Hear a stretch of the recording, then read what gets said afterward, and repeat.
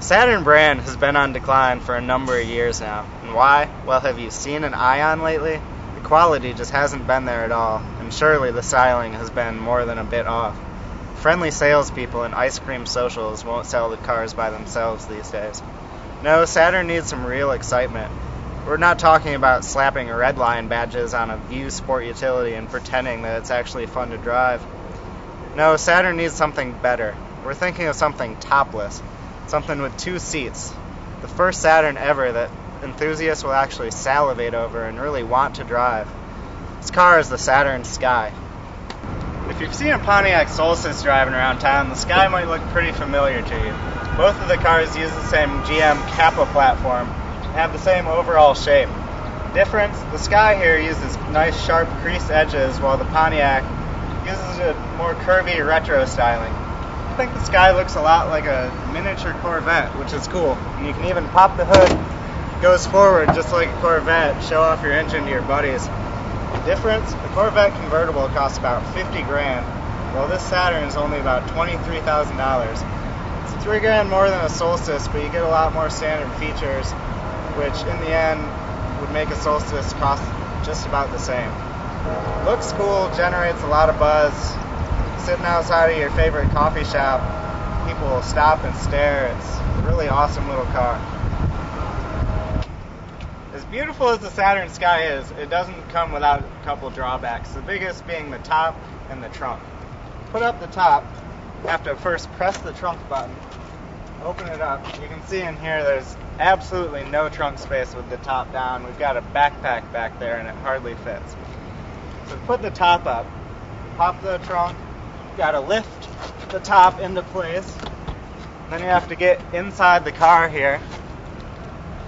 Push this forward, snap it shut, get back out of the car, shut the door, shut the trunk, then click these little buttresses into place, which are pretty springy and don't really like to go into place. You see it can easily click back out. Takes quite a while. The Mazda Miata, you just one click and toss it back and you're all set.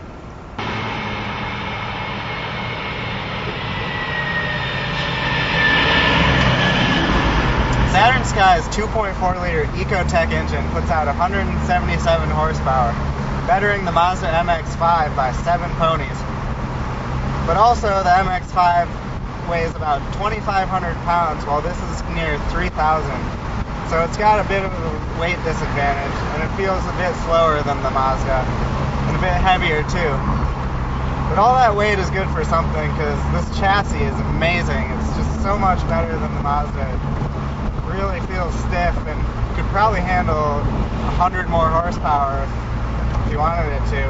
Which is good, because the Sky Redline coming out later this year will have 260 horsepower, a boost of just about 80. The car uses a turbocharger and a smaller displacement 4-cylinder. The Sky's interior isn't perfect, but it's a huge improvement over a lot of GM stuff from the past. It's still got the hard plastics here, but the center stack and the black piano lacquer is pretty cool. A lot of the materials aren't bad. The steering wheel is very nice with these controls here for the volume, the cruise control. A couple drawbacks though, there's hardly any space for storage. We've got a little compartment back here and 2 cup holders, but besides that, there's nothing in the doors, there's nothing on the center console here. It's really too bad. You just have no place to put phones or iPods, hardly any place to put drinks. Second drawback is the placement of these buttons on the door here. You have to almost have Tyrannosaurus Rex arms to reach the adjustments for the mirrors and the windows, which is too bad. And besides that, it's a nice place to live for a while. The seats are comfortable, pretty good looking. Really makes for an all-around great package for the Saturn Sky. We really like it. It looks cool. It's fun to drive. Can't wait for the Redline, which is just going to be a blast, really fast. Really can't believe this car is a Saturn. It's amazing. It's such a far step forward from the Ion, from the View, from the L series that just went out. We can't wait to drive the Aura and the Outlook, a couple other new products coming from Saturn. We just really think it's great. Driving a Saturn, it's fantastic.